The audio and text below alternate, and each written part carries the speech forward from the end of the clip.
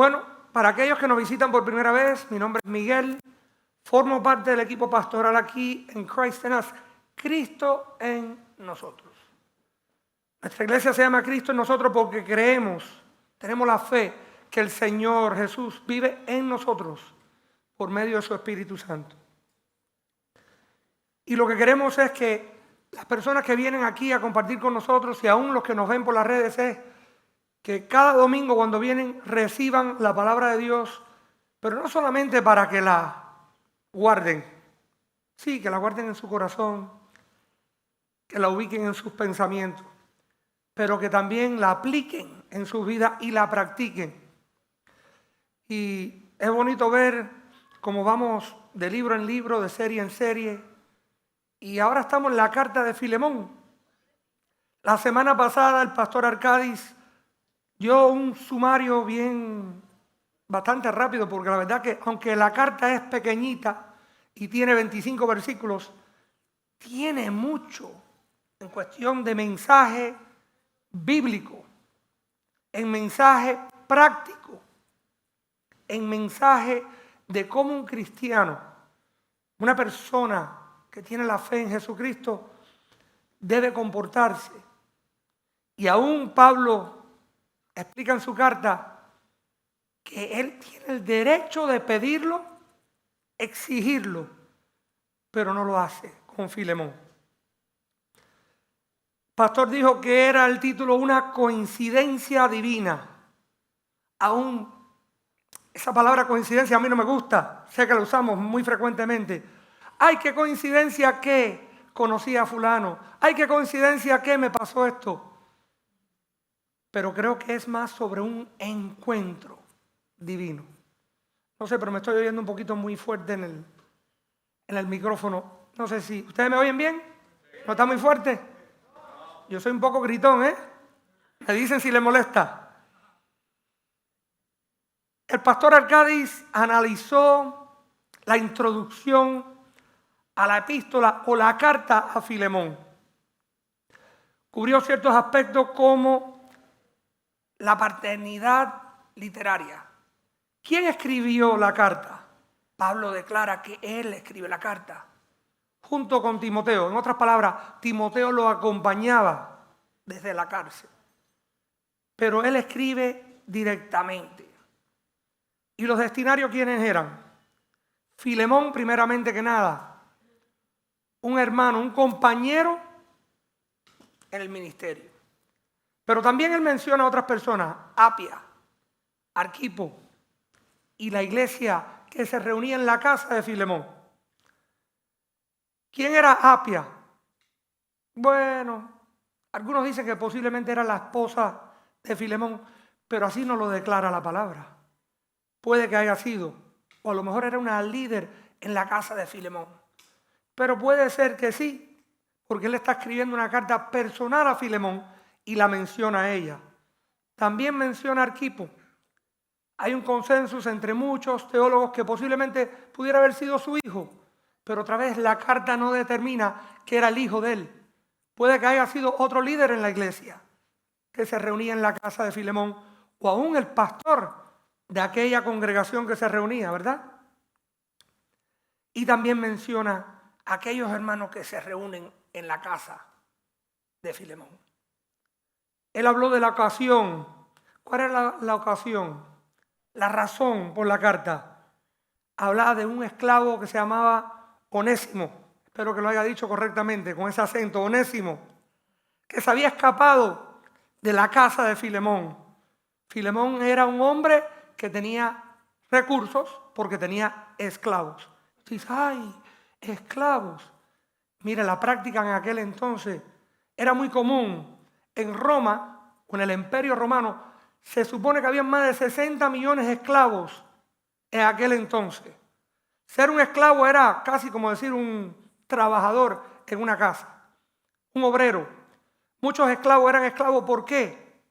Porque tenían una deuda que no podían pagar y el amo asumía a la persona o a su familia como esclavo, a veces por un periodo de tiempo, hasta que pudieran pagar la deuda que tenían. Otros nacían en esclavitud y otros aún eran vendido o comprado como esclavo. Pero era común en aquel entonces. Saben que la esclavitud ha durado siglos de siglos. Desde que el hombre pecó, la esclavitud existe. Y existirá. Continuará existiendo. Usted dice, pero aquí en los Estados Unidos no hay esclavitud. Hay esclavitud en diferentes formas. Aún hay trato humano. Es una manera de esclavitud y existe en este propio país. Pero en aquel entonces Onésimo era esclavo de la casa de Filemón y se había escapado. Y Pablo se lo encuentra. Se lo encuentra en un encuentro divino en Roma. Habló del valor de Filemón, considerado como hijo espiritual de Pablo. Pablo tenía a Filemón como hijo espiritual. Él, como dijo el pastor, muchas veces clamaba, mi hijo Timoteo, mi hijo Filemón, mi hijo, porque eran hijos espirituales, cuyo Pablo había compartido el evangelio con ellos y ellos se habían convertido, habían aceptado el evangelio de Jesucristo por la convicción del Espíritu Santo y eran ahora hijos espirituales. No era solo un hermano en Cristo, pero era un hijo espiritual. También habló un poquito del contenido. El contenido, una carta de apelación. Una apelación por Onésimo, un hombre que era esclavo, fugitivo, escapado de la casa de Filemón. Pero primordialmente creo que hay un mensaje en esta carta y es aquella de perdón, reconciliación y restauración. Estos son 3 puntos que vamos a hablar hoy, pero lo vamos a desarrollar en medio del mensaje de hoy. En la mañana de hoy quiero ir un poquito más profundo que lo que pudo hacer el pastor, porque con media hora de prédica no se puede desmeluzar esto. Una carta tan pequeña, pero tan llena de principios bíblicos. Habla de liderazgo, habla de perdón, habla de fe, habla de amor, habla de tantas cosas. Pudiéramos tomar un tópico y desarrollarlo en una prédica, en una serie de varios domingos. Pero aquí tenemos un tiempo corto. Entonces quiero llegar, como quien dice, al tétuano. Quiero profundizar un poquito más. ¿Y qué mejor forma que leer la palabra juntos? ¿Estamos? Vamos a ir a Filemón. Son 25 versículos. No es tan largo y vamos a tenerlo en pantalla. Dice, Pablo, preso por causa de Cristo Jesús, y el hermano Timoteo, saludan a Filemón, querido compañero de trabajo, y a la iglesia que se reúne en su casa, así como a la hermana Apia y Arquipo, nuestro compañero en la lucha. Que Dios nuestro Padre y el Señor Jesucristo derramen su gracia y su paz sobre ustedes. Siempre doy gracias a mi Dios al acordarme de ti en mis oraciones, porque he tenido noticias del amor y la fe que tienes para con el Señor Jesús y para con todos los que pertenecen al pueblo santo. Y pido a Dios que tu participación en la misma fe te lleve a conocer todo el bien que podemos realizar por amor a Cristo. Estoy muy contento y animado por tu amor, ya que tú, hermano, has llenado de consuelo el corazón de los que pertenecen al pueblo santo. Por eso, aunque en nombre de Cristo tengo derecho a ordenarte lo que debes hacer, prefiero rogártelo en nombre del amor. Yo, Pablo, ya anciano y ahora preso por causa de Cristo Jesús, te pido un favor para mi hijo Onésimo, de quien he llegado a ser padre según la fe aquí en la cárcel. En otro tiempo, Onésimo fue para ti un esclavo inútil, pero ahora nos es útil tanto a ti como a mí. Te lo envío de nuevo. es el hijo de mis entrañas. Oigan eso, el hijo de mis entrañas. Así habla Pablo de Onésimo. Yo hubiera querido que se quedara aquí conmigo, para que me sirviera en tu lugar mientras estoy preso por causa del evangelio. Pero no quiero hacer nada que tú antes no hayas aprobado, para que el favor que me haces no sea por obligación, sino por tu propia voluntad. Tal vez Onésimo se apartó de ti por algún tiempo, para que ahora lo tengas para siempre. Ya no como un esclavo, sino como algo mejor que un esclavo. Como un hermano querido. Yo lo quiero mucho, pero tú debes quererlo todavía más. No solo humanamente, sino también como hermano en el Señor. Así pues, si me tienes por hermano en la fe, recíbelo como si se tratara de mí mismo. Si te ha hecho algún daño o si te debe algo, cóbramelo a mí. Yo, Pablo, escribo esto con mi puño y letra. Yo lo pagaré, por no decir que lo pongas en tu cuenta, ya que tú me debes tu propia persona. Sí, hermano, te pido este favor por amor al Señor. Consuela mi corazón como hermano en Cristo. Te escribo porque estoy seguro de tu obediencia y sé que harás más de lo que te pido. Además de esto, prepárame alojamiento, porque espero que en respuesta a las oraciones de ustedes, Dios le concederá que yo vaya a verlos. Saludos de Epafras, mi compañero de cárcel por causa de Cristo Jesús, y también de Marcos, Aristarco, Demas y Lucas, que me ayudan en el trabajo. Que el Señor Jesucristo derrame su gracia sobre ustedes. Pablo está hablando aquí, preso por causa de Cristo Jesús. ¿Qué significa esto? Pablo no se considera preso por los romanos. Pablo no se considera preso por las autoridades. Pablo está preso por Cristo, que lo ha mandado a compartir el evangelio, y aún desde la cárcel, aún bajo arresto. Vemos en el libro de Hechos 28, Pablo se quedó 2 años completos en la casa que tenía alquilada, donde recibía a todos los que iban a verlo. Con toda libertad anunciaba el reino de Dios y enseñaba acerca del Señor Jesucristo sin que nadie se lo estorbara. Algunos creen que él lo escribió cuando estuvo preso en Efeso. Realmente, si fue en Efeso, fue en Roma. Le voy a decir una cosa. Lo que importa es que él escribió una carta desde la prisión. Eso está claro aquí, ¿verdad? Y en lo que estamos claros, podemos estar de acuerdo. O como dice el pastor, tener un consenso. Lo escribe desde la cárcel. Pablo preso por la causa de Cristo. No considerado preso ni por Roma, ni por autoridades, ni por circunstancias, aún ni por los líderes religiosos que por causa de ello estaba en la prisión, sino era una cita divina que él tenía que estar en esa cárcel en esos momentos. Filemón, querido compañero de trabajo.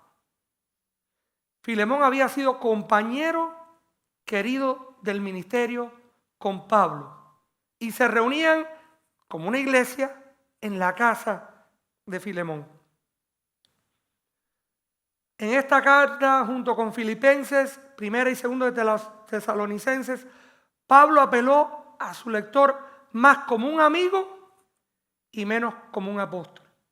Él no dice, yo el apóstol mandado por Cristo. No, es como si yo le escribiera una carta a uno de ustedes, mis hermanos.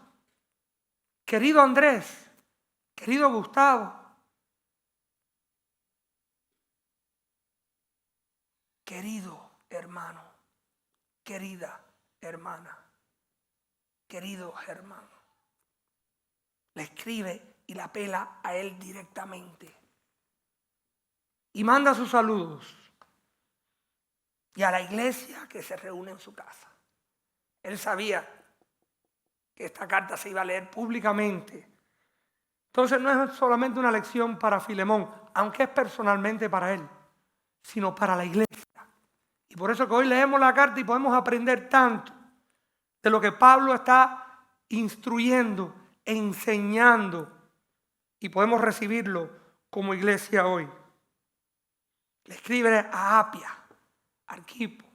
Como dije, no saben si era la esposa, el hijo, el pastor. Eran líderes en la iglesia, aún en ese hogar. Los judíos tenían sinagogas, tenían templos, pero la iglesia, los creyentes en Cristo, no tenían ubicación, no tenían edificio. ¿Sabe dónde se reunían? En las casas. ¿Cómo han empezado muchas de las iglesias? No solamente en este país, pero aún todavía en Latinoamérica. ¿Cómo empiezan las iglesias?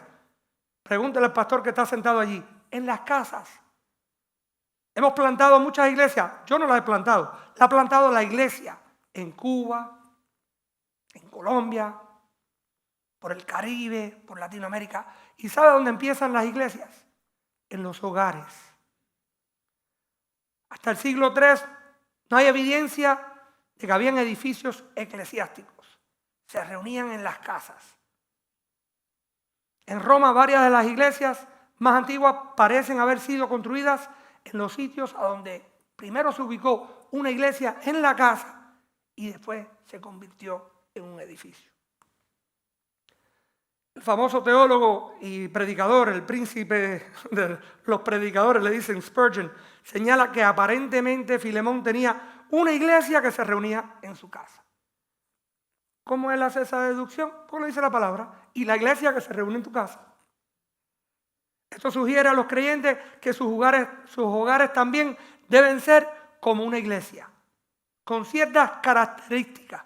Tu casa, mi casa, debe tener ciertas características de una iglesia saludable. ¿Cuáles son algunas de ellas? Consiste en personas convertidas y salvas. La gente que se ubica en tu casa, que vive en tu casa, ¿son salvas? ¿Conocen del Señor? Tenemos una gran responsabilidad de compartir con ellos. Nuestros esposos, nuestros hijos, nuestros hermanos, aún los que nos visitan. Adoran juntos. ¿Qué hacemos aquí? ¿Qué acabamos de hacer esta mañana? Adoramos al Señor juntos. Juntos teniendo un lazo de unidad. Somos unidos por un espíritu, un mismo sentir, un mismo pensar, una misma palabra, un solo Dios. Se suministra con supervisión. ¿Quién supervisa la iglesia? Los ancianos de la iglesia, los pastores, los diáconos, los directores. Estoy hablando con ustedes, directores. Ustedes son ministros de la palabra. Ustedes no son solamente alguien que lidera la alabanza, que lidera la producción, que lidera la bienvenida. Somos ministros. Es más, ¿saben que todos ustedes son sacerdocios reales? ¿Son sacerdotes? La enseñanza siempre presente. ¿Qué hacemos los domingos aquí? Abrimos la palabra de Dios. ¿Qué leemos? La palabra de Dios. Que uno la interpreta o la desarrolla diferente por su forma, su personalidad, aún por su experiencia, pero siempre la palabra de Dios. Yo hablo un español diferente al de Arcadis, diferente al de Andrés, diferente al de Carlos. Somos pastores. Todos hablamos diferente en estilo, pero todos hablamos la palabra de Dios. Siempre vamos a la palabra de Dios. No importa nuestras opiniones. Con un corazón para ministrar a los de afuera. La iglesia siempre está ministrando a las personas que están perdidas, a las personas que están fuera de las cuatro paredes. Entonces, teniendo eso en mente, vamos a ver el próximo punto. Aquí vamos a ver una gratitud genuina. Una gratitud genuina ¿por quién? Por Filemón. Pablo tiene una gratitud genuina por Filemón. Mire lo que dice la Reina Valera. Vamos a leer otra antigua, ¿verdad?, traducción. Muchos de ustedes están diciendo, ay, qué rico, el pastor va a usar la Reina Valera 60. Estaba esperando por eso. Dice, doy gracias a mi Dios, haciendo siempre memoria de ti en mis oraciones. Filemón 5. Porque oigo del amor y de la fe que tienes hacia el Señor Jesús y para con todos los santos, para que la participación de tu fe sea eficaz en el conocimiento de todo el bien que está en vosotros por Cristo Jesús. Pues tenemos gran gozo y consolación en tu amor, porque por ti, oh hermano, han sido confortados los corazones de los santos. Pablo agradece a Filemón en oración. En oración. Cuando él ora, él dice, doy gracias por ti, Filemón. Cuando yo oro al Señor, le digo al Señor, gracias por Filemón. Doy gracias por ti. Eso es profundo. Y agradece por el amor y la fe de Filemón. Una fe con resultados.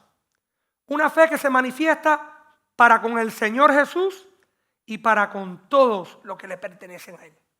Su santo pueblo. Su amor llenaba los corazones, daba consuelo a aquellos que pertenecían al cuerpo. Pero su fe era en el Señor y para los creyentes. Su fe estaba establecida en Jesucristo. ¿Y cómo la desempeñaba? Por medio de los hermanos. ¿Sabe qué? Si usted dice que usted ama a Dios, que usted es cristiano, que usted tiene fe y no ama al prójimo, se ha hecho la pregunta, ¿soy verdaderamente un cristiano? ¿De verdad estoy en los pasos y en los caminos del Señor? A lo mejor un día usted hizo una proclamación de fe, pero ha puesto en práctica lo que hemos aprendido. Esto es poderoso, es un mensaje de gran poder. Si dices amar a Dios, pero no muestras amor hacia el prójimo, ¿verdaderamente eres un creyente? Yo me hago esa pregunta constantemente. ¿Me estoy comportando como debo comportar? Esta semana yo tuve una semana pésima. Y hubo un día que yo tenía ganas de colgar, como dicen, la ropa a la toalla y acostarme a dormir. Me acosté a las 8 de la noche. Y a veces tengo que hacer esa pregunta. ¿Estoy amando a mi prójimo? ¿Estoy mostrando el amor de Cristo? Hay personas que Dios ha puesto en nuestro camino para llevar adelante sus propósitos. Es un encuentro divino. No es coincidencia. Sé que usamos esa palabra, pero hoy yo quiero presentarle el encuentro divino. Siempre doy gracias a mi Dios al acordarme de ti en mis oraciones. Hay personas en su vida que usted ha tenido contacto con ellos y a veces han tenido hasta diferencias después de años de amistad. Hoy yo le tuve que escribir a un amigo mío que fue amigo mío por 25 años, mi mejor amigo, y por situaciones de la vida hemos separado. Y hoy tuve que decirle, ¿sabes qué? Y siempre lo he hecho, no es porque no era mentira, pero hacía tiempo que no le recordaba y no me recordaba a mí mismo que cuando yo oro por él, doy gracias por él y a veces no le digo nada y pasan meses. Y hace más de 5 años que estamos separados como amigos, en distancia, pero los recuerdo. Y hoy tomé el tiempo para decirle, te quiero, oro por ti, estás en mis pensamientos, estás en mis oraciones. Es difícil, pero es verdad. Y es verdad. En mi vida ha habido tales personas que existieron y aún existen. Recuerdo en mi niñez, el pastor Díaz de Arce, mi primer pastor, tenía yo 2 añitos, hasta los 12 añitos más o menos. Mi madre espiritual, así como Pablo era el padre espiritual de Filemón y de Timoteo, Dora Miranda. Ustedes me han oído hablar de ella. Falleció hace 1 año y medio, 2 años atrás, con 95 años de edad. Esa señora oraba por mí, me amaba y nunca se olvidó de mí. Los pastores que me trajeron a los pies del Señor, Richard y Carlos de Jesús, amigos de mi juventud, pastor que falleció en Blackwood, Tony Isaacs.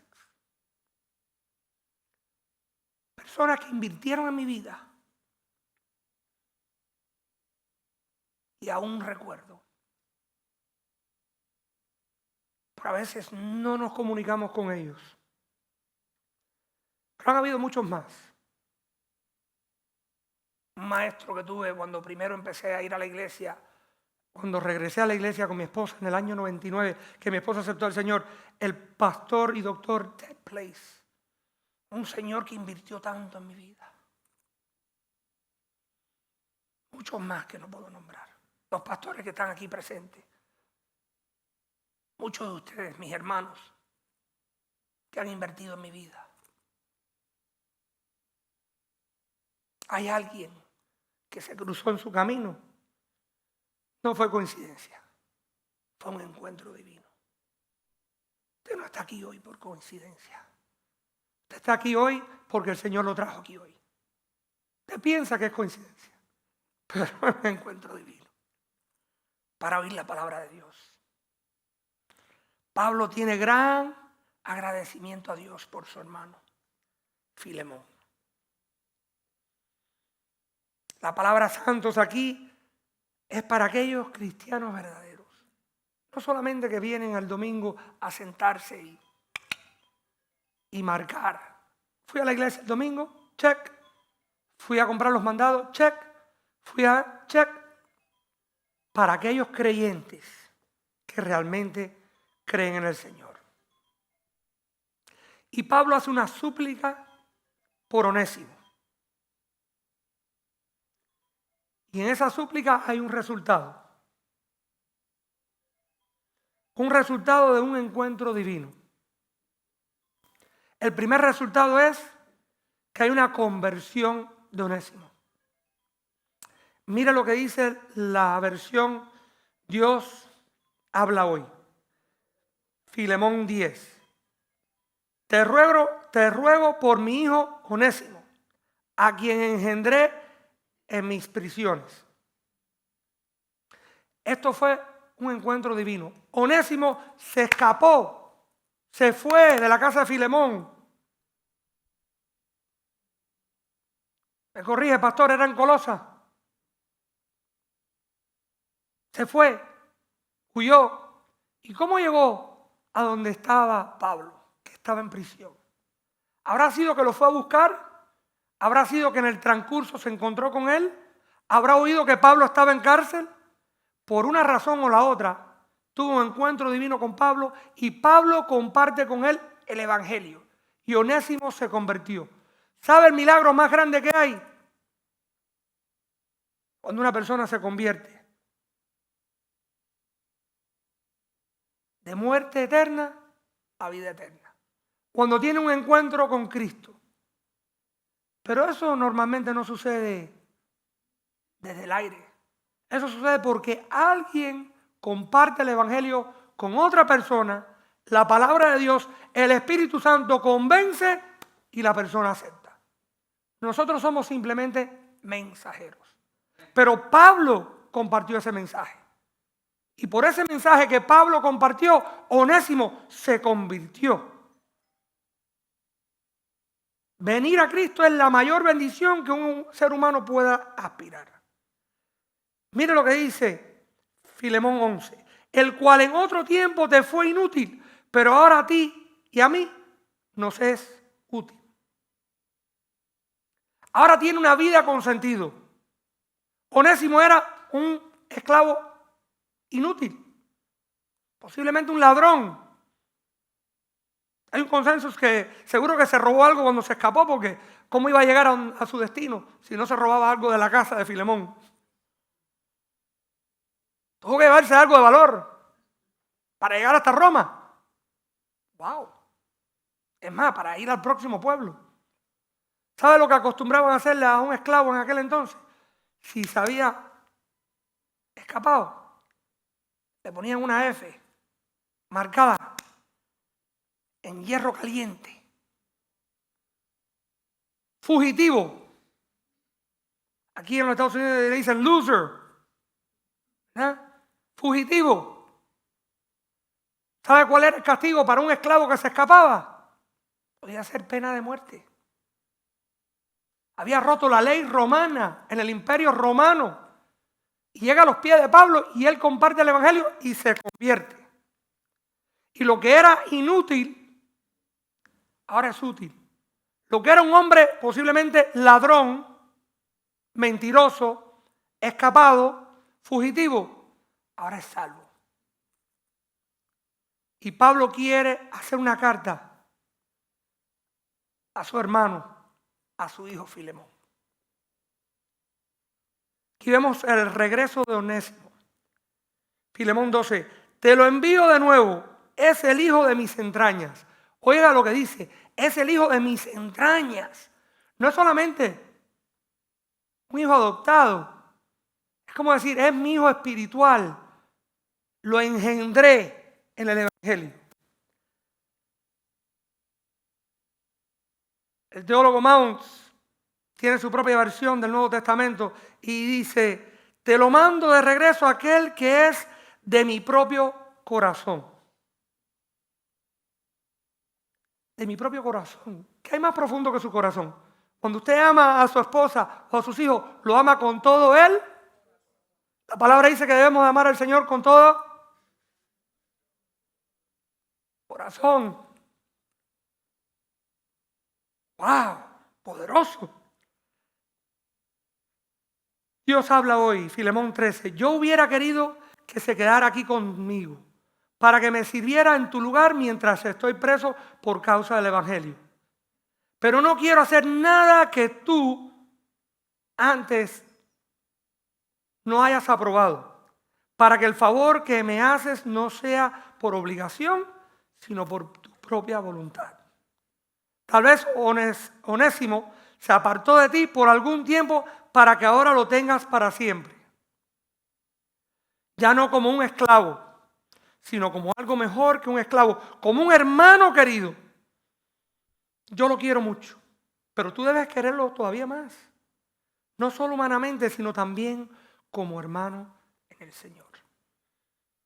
La Reina Valera dice, yo quisiera retenerle conmigo. Pablo tiene querer de retener a Onésimo porque le es útil, es un creyente, está a su lado.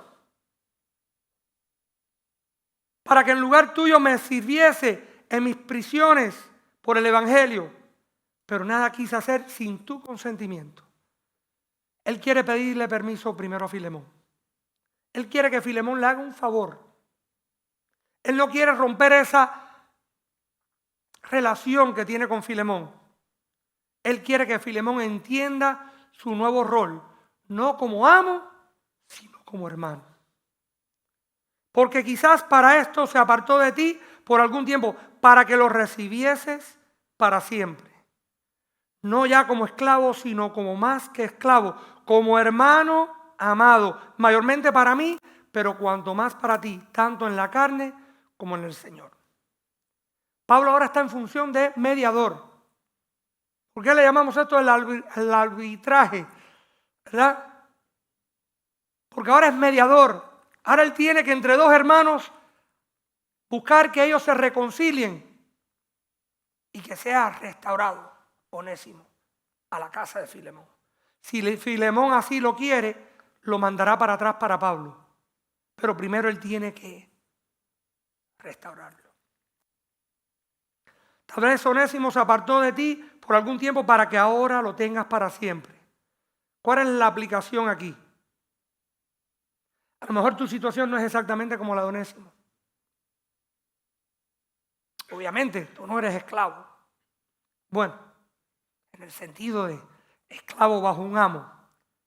Pero aquí hay principios bíblicos que sirven para aplicar a nuestra vida.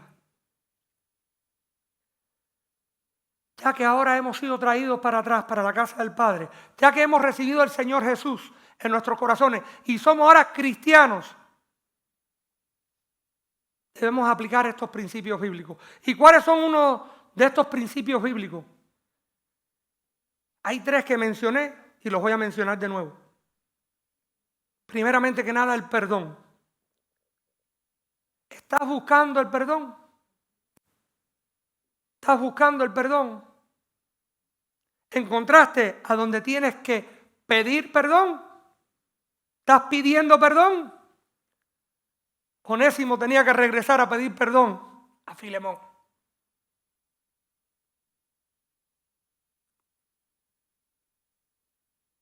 ¿Y estás dando perdón? Le toca ahora a Filemón dar perdón. Primero perdón. Sin perdón no puede haber reconciliación. La reconciliación viene por parte del perdón. ¿Cómo podemos remendar nuestra relación? ¿Cómo podemos empezar a confiar de nuevo? A amar, a cuidar. Y por último, restauración. ¿Estás buscando restauración? ¿Estás pidiendo restauración? Aún estás disponible a dar lo que tienes para restaurar a un hermano, a un ser querido, aún aquel que te ha hecho daño, como Onésimo le hizo a Filemón. Pablo envía a Onésimo que regrese. Tienes que regresar. Te voy a dar una carta, pero tienes que regresar. Tienes que corregir el mal que has hecho. Si no, no puede haber paz, amor. Onésimo había hecho algo malísimo al escapar de su señor, de su amo. Y era hora de arreglar aquello que había hecho. Y Pablo estaba dispuesto a mandarlo para atrás. Pero ¿cómo si Pablo lo quería? ¿Cómo lo va a mandar para atrás a su amo, sabiendo que la ley romana era que podía hacer cualquier cosa con él? Porque ya Onésimo no era el mismo esclavo. Onésimo ahora era hermano en Cristo. Y él sabía que había que restaurar aquello que se había quebrantado. Una mediación, un pedido en favor de Onésimo. Mira lo que dice Pablo, Filemón 17. Así pues, si me tienes por hermano en la fe, recíbelo como si se tratara de mí mismo. Si te ha hecho algún daño o si te debe algo, cóbramelo a mí. Yo, Pablo, escribo esto con mi puño y letra. Yo lo pagaré. Por no decir que lo pongas de tu cuenta, ya que tú me debes tu propia persona.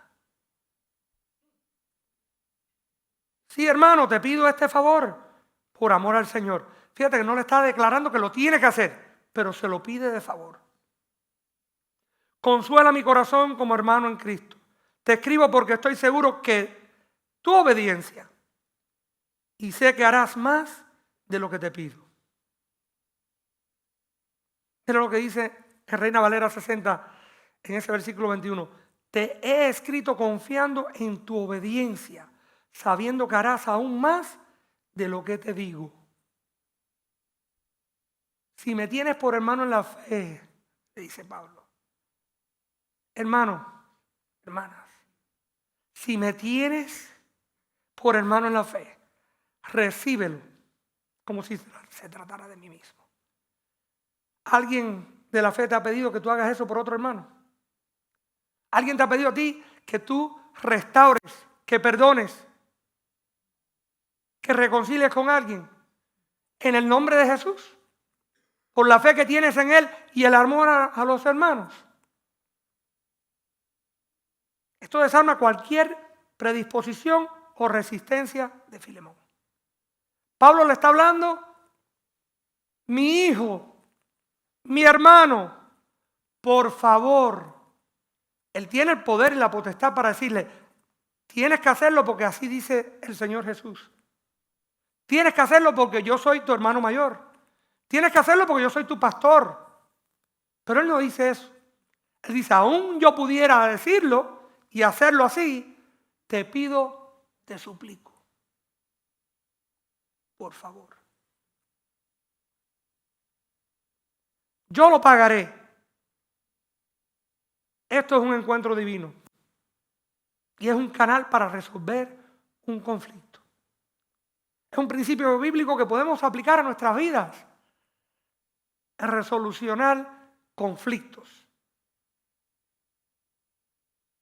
Vengamos al Señor en ese encuentro con Él. Pídale al Señor que te dé esa fortaleza para pedir perdón. Pídele al Señor que te dé esa fortaleza. Imagino que Filemón tuvo que ir al Señor para aceptar a Onésimo a su casa. Y por final da un saludo que bendice. Dice Filemón 23, saludos de Epafras, mi compañero de cárcel por causa de Cristo Jesús, y también de Marcos, Aristarco, Demas y Lucas, que me ayudan en el trabajo. Que el Señor Jesucristo derrame su gracia sobre ustedes. Reina Valera, versículo 25, la gracia de nuestro Señor Jesucristo sea con vuestro espíritu. Amén. Que sea con vuestro espíritu. No es solamente una declaración de que, bueno, que el Señor te bendiga, mi hermanito. No, que la gracia del Señor Jesús esté con tu espíritu. Que el Señor esté con tu espíritu, que te llene de su gracia. Pero no solamente para Él, sino para la gente que se reúnen en tu iglesia. La bendición no viene nada más que para ti. Viene para tu familia. Viene para tus amigos. Viene para tu iglesia. Para aquellos que han puesto su confianza en Jesús. Puede que se salpique para la gente que no son de Jesús. Puede que tu bendición le salpique a unos cuantos que están perdidos, ¿verdad? Pero realmente, ¿a dónde va la bendición de Dios? Para aquellos que están en tu hogar, en tu iglesia, en tu comunidad de creyentes. Pero solamente puede venir la bendición si has puesto tu confianza en Jesús. Primer paso, tener a Jesús. Ya tiene la primera bendición. La más importante, el milagro más grande, ¿cuál es? De muerte a vida eterna. Y después, para con vosotros. ¿Quiénes somos vosotros? Los santos. ¿Quiénes son los santos? El pueblo de Dios. ¿Quién es el pueblo de Dios? Los creyentes en el Señor Jesús.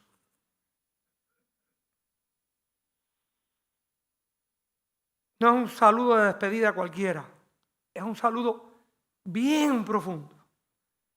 Pablo saluda al empezar y Pablo saluda al terminar. ¿Y cómo saluda? Con bendición. En oración, dando gracias y bendiciendo a los hermanos. En este caso, a Filemón. A la comunidad doméstica, a su hogar, a su casa, a su iglesia. Gracia de Cristo y el Espíritu. Y al mismo tiempo, es una nota de confianza. Les voy a pedir a que vengan el grupo de alabanza, porque ahora creo que vamos a tomar un tiempo de alabanza. Y en este tiempo de alabanza, yo quiero que ustedes se enfoquen en lo siguiente. Estamos abiertos para tener un encuentro divino, un encuentro personal con el Señor hoy. Si quieres tener un encuentro con el Padre, tienes que ir por medio del Hijo. Ese es nuestro mediador. Pon tu confianza en aquel que se sienta en el reino, aquel que está a la diestra del Padre. O tú pongas tu confianza en Él y Él te dé ese regalo de salvación. Entonces empieza a practicar esos principios bíblicos que estamos aprendiendo aquí en esta iglesia. Aún estás sentado en tu sala viéndolo por internet, no importa. Ahí está presente el Espíritu de Dios. Primero, nuestra confianza en Dios por medio de Cristo. Y después,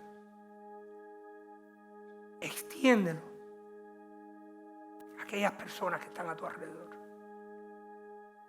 Los esclavos de tu vida. Los que te rodean. ¿Estás tú en la posición de esclavo?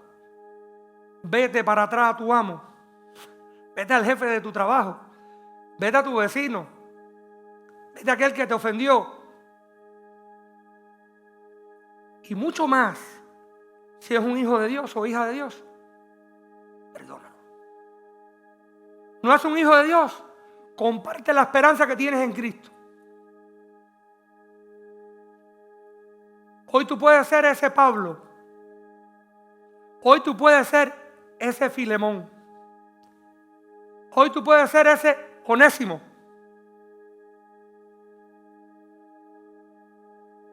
Pero abre tu corazón y ten ese encuentro divino. Y si se te olvidó, dale gracias a alguien con quien tú tuviste ese encuentro divino. Llámalo, mándale un texto, mándale un email, no sé, mándale un correo, escríbele una carta. No dejes de hacerlo hoy. Oremos. Dios y Padre, hoy estamos abiertos, Señor. Abrimos nuestras mentes, nuestros corazones para recibir el mensaje, pero también para ponerlo en práctica. Queremos buscar, queremos pedir y queremos dar perdón, reconciliación y restauración. Pero solamente lo podemos hacer por el poder de tu Hijo y tu Espíritu Santo. Hoy, Padre, te entregamos nuestras vidas. Ven, Señor. Ven, Espíritu Santo. Y toca aquellas vidas, Señor. Toca aquellas vidas que necesitan de ti. Gracias, Señor. En el nombre de Jesús.